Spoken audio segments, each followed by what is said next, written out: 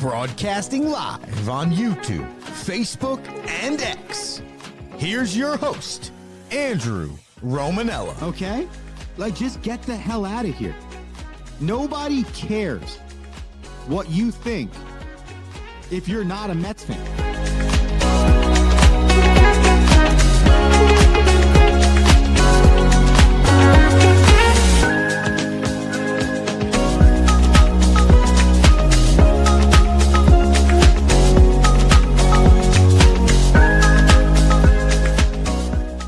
What's going on, everybody? Welcome in to another edition of The Rome Show, broadcasting live on YouTube, Twitter, X, Instagram, and Facebook. I am your host, Andrew Romanella. We hope you are having a happy, fantastic, and fun Monday afternoon here as you're probably watching playoff baseball and getting geared up for week 5 of Monday Night Football, our third straight week bringing you the Rome Show on a Monday night in preparation for Monday Night Football. We hope you're enjoying our weekly Monday special. If you want to let us know your thoughts, whether what we're talking about on the show or just your thoughts, head to youtube.com/the Romanellas.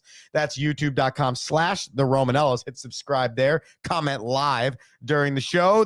Twitter X and Instagram, that's Twitter, X, and Instagram, The Rome Show 1, The Rome Show, then the number 1, and Facebook, The Rome Show. All of those fantastic locations and The Rome Show podcast, wherever you get your podcast. Baseball, Sunday football, Monday Night Football, weekend's worst, weekend's best, all on the docket for you right now. It's the Rome Show. We're getting you ready for Monday Night Football. We start with weekend's worst. And your first weekend's worst goes to Amari DiMercato, the running back for the Arizona Cardinals. If you did not see this, well, strap on and watch this stupidity right here from DiMercato. On third and short. First down. DiMercato off to the races. 20-10 touchdown.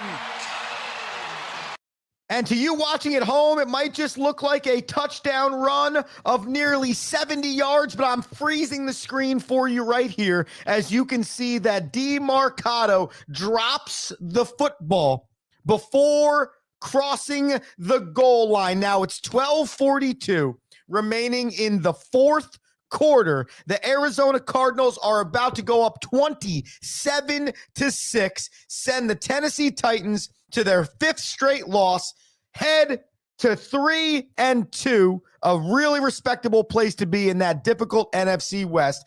And this dude decides, I'm going to drop the football right before I get to the goal line. Now, outside of the fact that I cannot understand how or why this is a thing that's happened, because this is not the first person that's done this in the history of the National Football League. How are you the carrier of the football? Your sole goal when you are on offense is to get into the end zone. And these dudes, it happened last week also, I think it was in the Colts game, and these dudes, they have this weird thing where they want to drop the football before it's an official touchdown, and it makes no sense to me.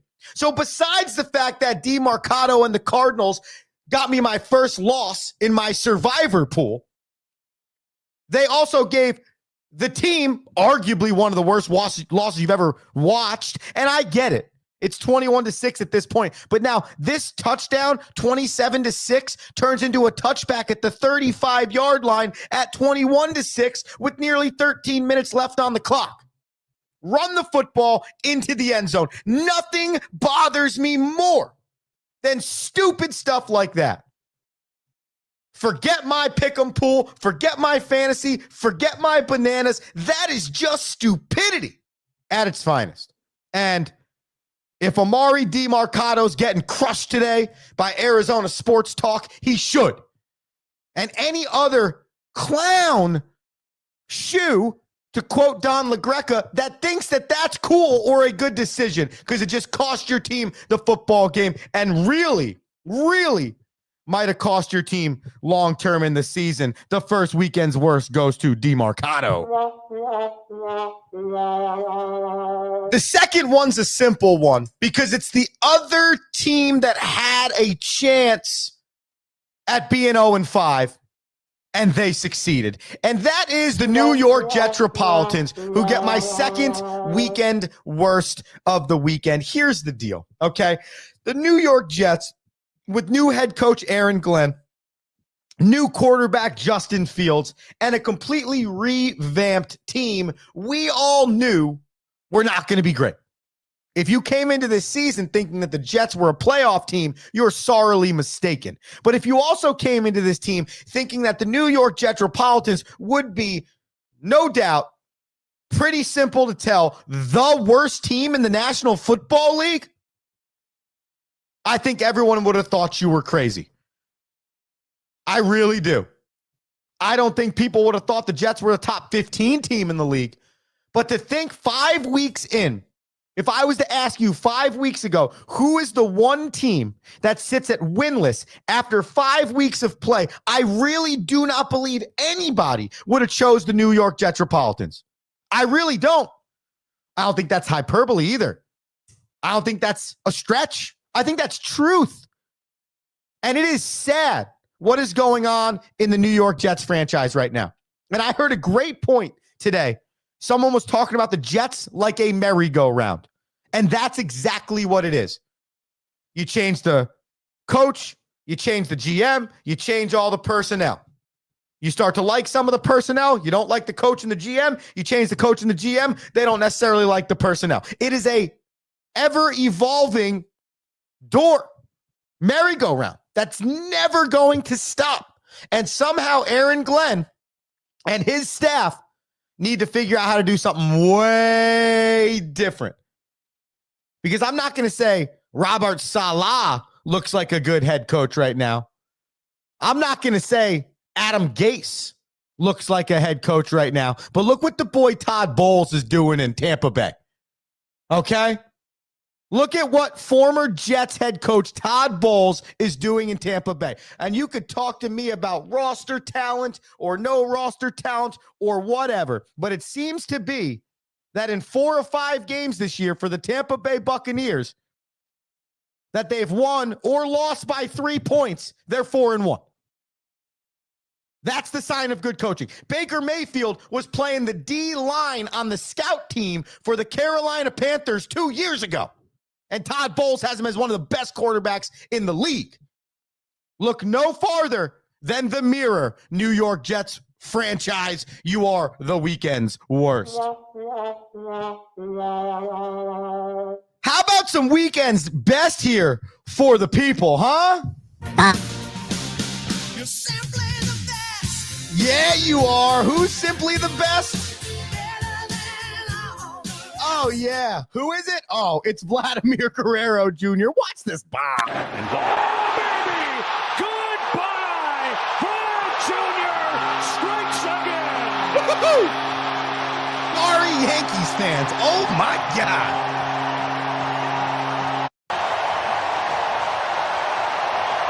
Place is going bananas. Watch this bomb. Oh, my God. Watch the bat flip. Oh, man. Strikes again. And not only does Vladdy Jr. strike again, but the Toronto Blue Jays strike again. They put up 23 runs in 2 straight games against the New York Yankees, and they take a 2-0 series lead headed right into the Bronx. Why was Vladimir Guerrero my weekend's best? Because he went 6 for 9 against the New York Yankees with 2 homers, 3 runs scored, 12 total bases, and 6 RBIs, 23 runs. The Toronto Blue Jays are hitting .392 through 2 games against the New York Yankees. Your weekend's best goes to the Blue Jays and Vladdy Guerrero. You're simply the best.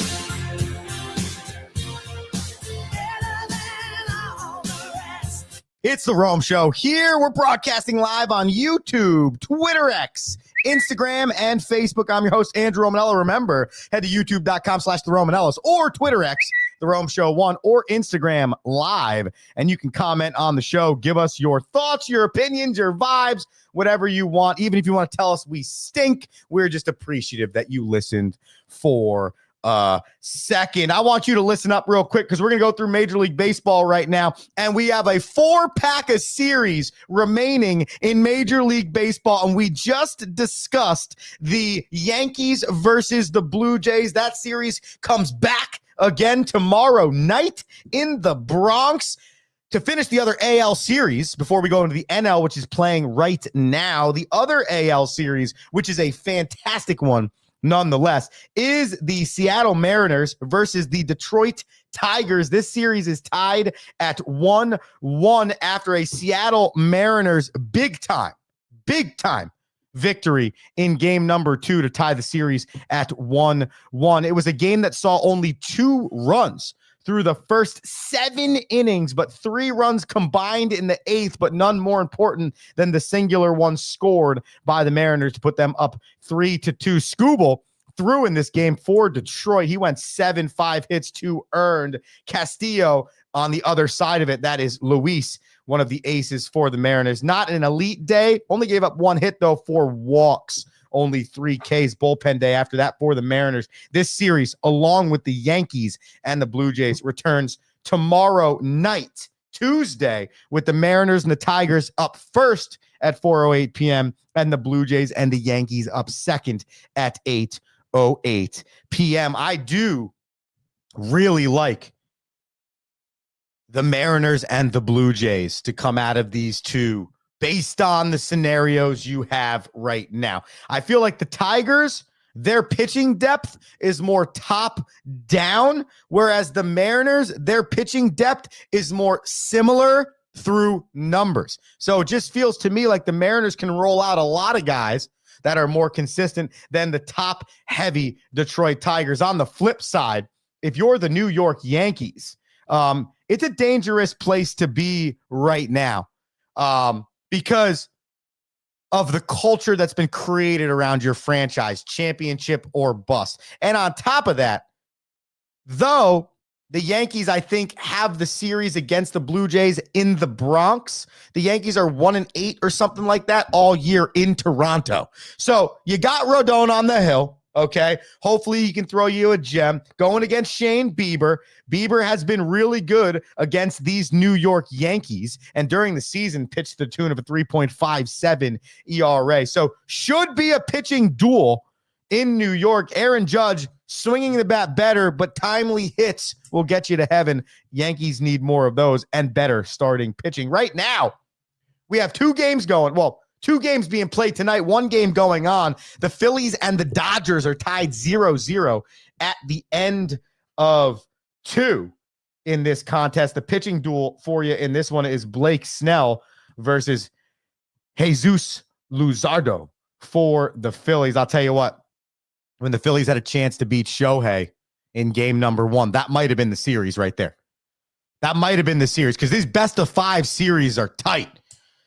It's difficult, you know, and as we've learned about all of Major League Baseball's postseason, it doesn't matter what round, wild card, division series, championship series, World Series. That team that wins game number 1 has such a larger percentage chance of winning than the team that doesn't. And it seems like such a simple thing to say out loud, but winning that game number 1 is so huge for the series long term. The Dodgers did that on a day when Ohtani was good, but a singular 3-run Teoscar Hernandez home run really was the difference. Finally, Milwaukee put a beating on Chicago in game number 1. They play game number 2 tonight at 9:08.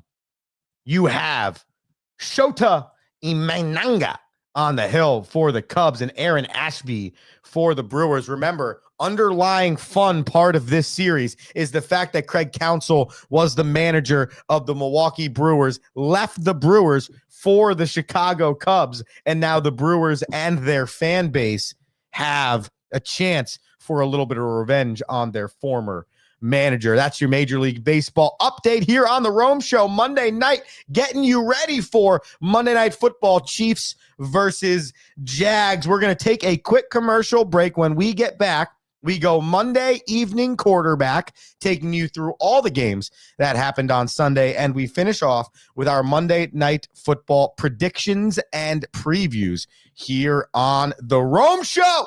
Broadcasting live on YouTube, Twitter, X, Instagram, and Facebook. Back after this quick commercial break.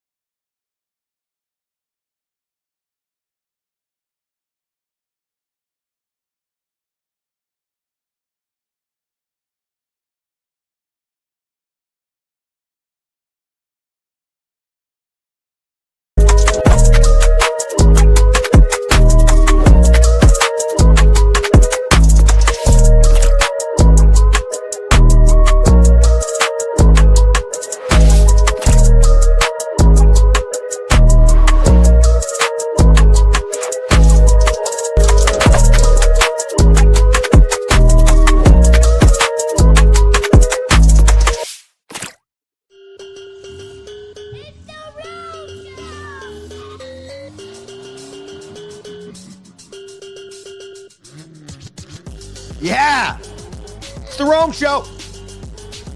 Broadcasting live on YouTube, Twitter, X, and Instagram. I am said host, Andrew Romanella. So many places to get the show, just get it. So many places to subscribe, just subscribe. So much support you can have here on the Rome Show, including sponsoring a commercial. Reach out to us.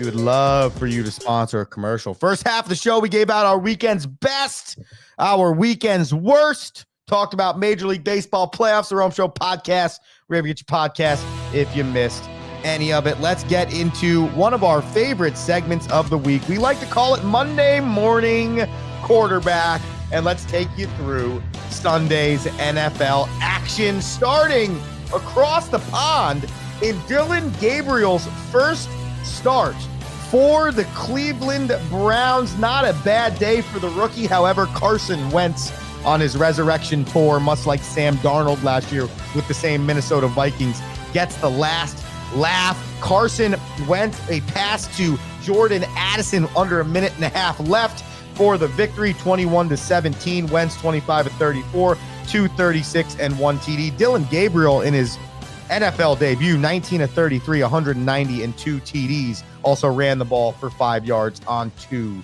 carries. 3-2 the Vikings, 1-4 the Browns. The Miami Dolphins, they stink. They had a 17-0 lead at one point. Carolina came all the way back, including 14 points in the final half. The Dolphins' run defense is pretty much as bad as anything you have ever seen. There are tissues that stop nosebleeds better than the Dolphins stop the run. 32 carries for Carolina, 239 on the ground, 206 for Rico Dowdle, and it looks like the Dolphins season probably over at 1-4. The Panthers, they improved to 2-3. The Raiders, they stink. Indiana Jones and the Colts, they're back. 20 for 29, 212, 2 TDs. Jonathan Taylor, 66 on the ground, but 3 rushing touchdowns for the horse in Indy. Are the Colts real at 4-1? I think a lot of people are asking that question right now. My early returns say yes, they are real. Also, early returns on Las Vegas, Pete Carroll, Geno Smith, they were not it. I bet you see wholesale changes for a third straight year in Vegas at the end of the season. The Saints, they score, I think it's 26 unanswered points to defeat the New York Football Giants for their first victory of the year, 26-14. How about that? Cam Scattaboo and Jackson Dart combined for 5 turnovers on the day. The rookies look like rookies. Spencer Rattler gets his first victory of his career as a starting quarterback, 21-31, 225 and 1 TD. Both teams are 1-4. We mentioned the Jets before. They were one of our weekend's worst teams. They lost 37-22 to the Dallas Cowboys. Dak Prescott is playing maybe the best football of his life. 18-29, 237, 4 TDs. Javonte Williams, 135 on the ground. Ryan Florney, whoever the hell that is, 114 through the air. George Pickens, another touchdown. Jake Ferguson looking good as well. Cowboys, they improved to 2-1. Jets, only winless team at 0-5. The Broncos, 18 points in the fourth quarter. 18 points in the fourth quarter against undefeated Philadelphia Eagles. They give them the first loss of the season. What an atrocious running game from the Eagles. They only ran the ball 11 times. Are you serious? Jalen Hurts dropped back 38 times to 11 runs. What are we doing? You have the best running back in the league, the best running quarterback in the league, and you're throwing the rock 38 times with a lead of 17-0? Come on, man. Nick Sirianni and the Eagles, they deserve that loss. Good on Bo Nix and the Broncos, who played okay. J.K. Dobbins was good on the ground, 79 yards and 1 TD. Broncos, 3-2. Philadelphia's very deserving of that one loss, 4-1. Texans, 44. Atrocious Ravens. And this is not a hot take, but hot take. You can call it that if you want. Harbaugh's done. It's over. It's over. Harbaugh's got to go. He's done everything he needed to do for the franchise. He's quite possibly a Hall of Fame coach when it's all said and done. But sometimes the voice just needs to change. And the last time I saw a Ravens defense give up 40 or more points, I think I was in the womb. I'm serious. I don't remember the last time I seen that. This Texans team's not that good. Over TDs for CJ Stroud, 244 through the air. But come on, man. The Ravens, they stink. 1-4. I think it's time for some wholesale changes. We mentioned this game before. I'll just say it real quick. The Titans, they defeat the Cardinals 22-21 because that one dude, DeMarcado, is an idiot and dropped the football in the end zone. 1-4 the Titans, 2-3 the Cardinals. The Bucs, they outlast the Seahawks 38-35. Baker Mayfield, 379 and 2 TDs. The Buccaneers are like the Chiefs a few years ago, where like they won 19 straight. They played 19 straight games of like one possession or less. Somehow they were still like 14-3. That's what the Buccaneers are about to be behind a really, really good playing Baker Mayfield. The Seahawks, I think they're still pretty good. That's the worst game their defense has played all year. They'll have to get that cleaned up. They're 3-2. The Lions, 37. The Bengals, 24. Jake Browning, not it. Jared Goff and the Lions, 4 straight victories after that week 1 not good performance against the Packers. The Commanders, 27. The Chargers, 10. Oh my gosh, all of a sudden the Chargers, they look bad. Omarion Hampton is now out. Half their offensive line is out. They lost Najee Harris. I don't know what goes on in the Chargers' water, but dating back to Phillip Rivers, it has been an issue keeping a team good that looks like they have the talent to be good in Los Angeles. How about Jaden Daniels coming back, leading his team to a 27-10 victory, 231 through the air, 1 TD. Corey Krosky Merritt, 111 on the ground and 2 touchdowns. Finally, an AFC East showdown between the 2 best teams in the AFC East, the Bills and the Patriots. And the Patriots come away victorious, 23-20, handing the Bills their first loss of the season. Josh Allen had an interception on this day. The Bills did not really ever look like they were in sync. I mean, when's the last time this Bills offense hasn't scored a touchdown in a half of football? That happened. It was 6-3 at halftime. That's the type of football this Patriots team wants to play. By the way, Drake May, good enough. He's good enough. I don't know how long that good enough is going to last, but good enough. And Stephon Diggs, nice to hear from you. 10 receptions, 146 yards. The Patriots now 1 game behind the Bills in the standings for the AFC East. That's your Monday evening quarterback here on the Rome Show. We do it every single week. We bring you through every game and give you our opinion. Let's finish this thing off with Monday Night Football's preview, ladies and gentlemen, and that would be the Kansas City Chiefs against the Jacksonville Jaguars. Now, when this game was put on the docket, you never would have believed the Jags would have a 3-1 record, and the Chiefs, they'd have a 2-2 record. Now, they're in Jacksonville, but Kansas City still favored by 3.5 points. KC on a 2-game winning streak. Jacksonville, I believe, also on a 2-game winning streak. It is not the offenses for both of these teams. It's the defenses that are the strengths. Both the Jags and the Chiefs are top 5 in the league in passing yards allowed per game. Chiefs, 4th fewest. Jags, 5th fewest allowed. And both teams are top 10 in the league in red zone defense. Chiefs are 7th in the league and Jags are 6th. However, Jacksonville has 2 advantages.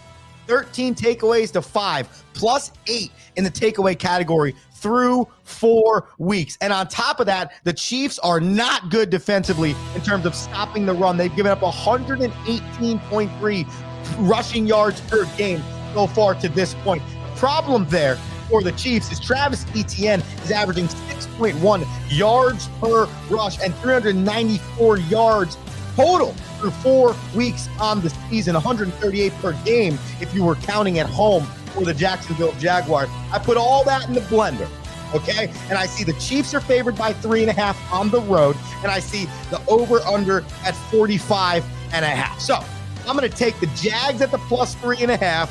I'm going to take the over the 45.5. And I'm also going to take whatever Travis Etienne's rushing is, take the over. I think I saw it yesterday at like 89 something maybe. Take it.